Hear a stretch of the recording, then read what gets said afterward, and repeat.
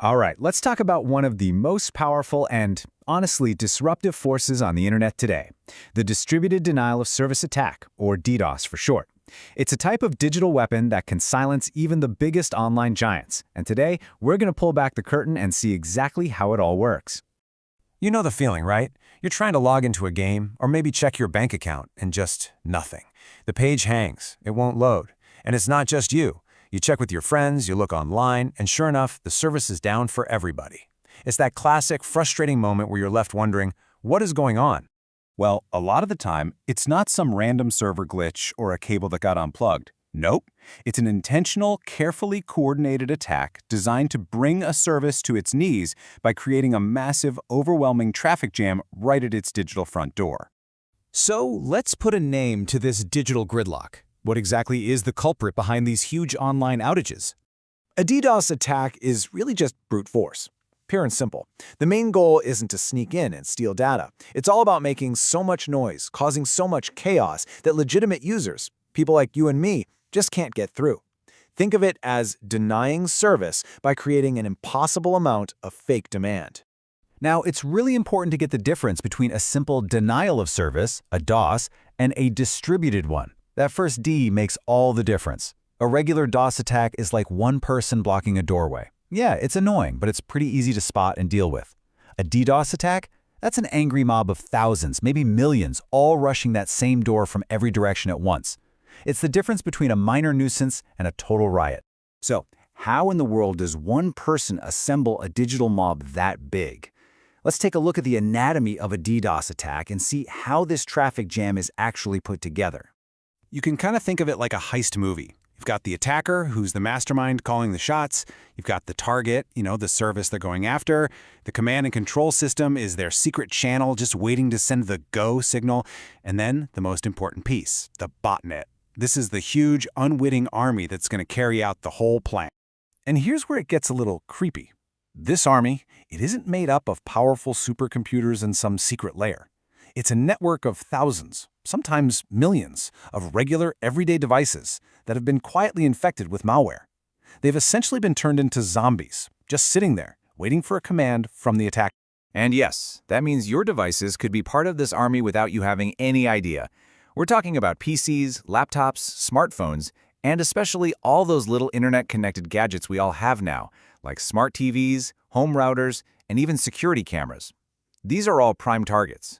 In fact, one of the most famous botnets, Mirai, was built almost entirely out of unsecured devices just like these. Now, an attacker isn't just a one-trick pony.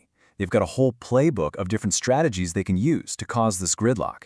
Let's take a look at their three main plays. Okay, so the first and most common play is just about raw, overwhelming force. These are called volume-based attacks, and they're basically the digital equivalent of sending so many cars onto a highway that traffic comes to a dead stop. The goal is super simple. Use up all the available bandwidth so that no real traffic can get through. The second play is a bit more clever. Instead of just flooding the highway, protocol attacks go after the infrastructure, the digital traffic cops, like firewalls and load balancers.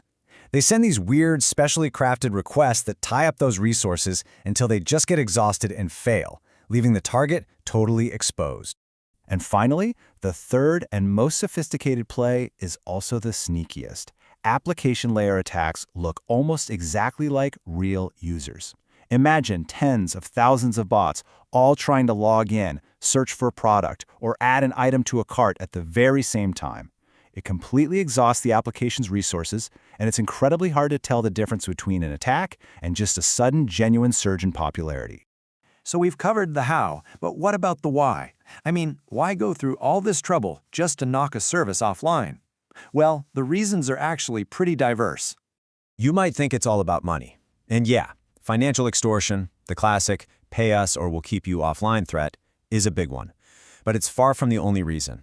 Sometimes it's a form of digital protest called hacktivism, to silence a voice they don't like. Other times it's a rival business trying to sabotage a competitor during a big sale. And sometimes, honestly, it's just about showing off or damaging a company's reputation for the heck of it. And this brings us to a really critical point. Let's be super clear about what a DDoS attack is and what it is not. It is fundamentally about one thing: availability.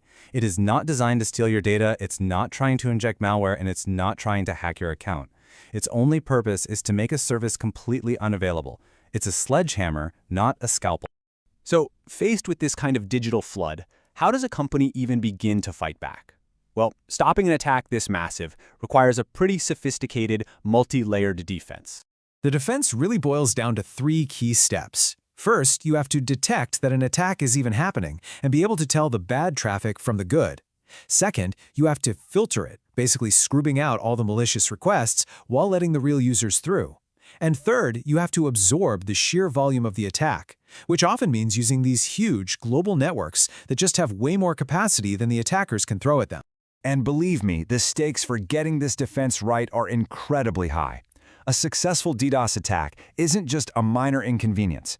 It can cause devastating financial losses, and maybe even worse, it can permanently damage the trust that users have in a service. This right here really gets to the core of it. At the end of the day, a DDoS attack isn't always about some genius-level complex hack. It's a weapon that relies on 2 things: massive scale and good coordination. It's designed to turn the open, connected nature of the internet against itself. Which leaves us with a pretty big question for the future. As we connect literally everything, our cars, our fridges, our coffee makers, to the internet, we're creating an even bigger potential army of these zombie devices. So the question is, how do we protect our shared digital world from being shut down by these massive traffic jams? Because how we answer that will really define how reliable the internet is for all of us in the years to come.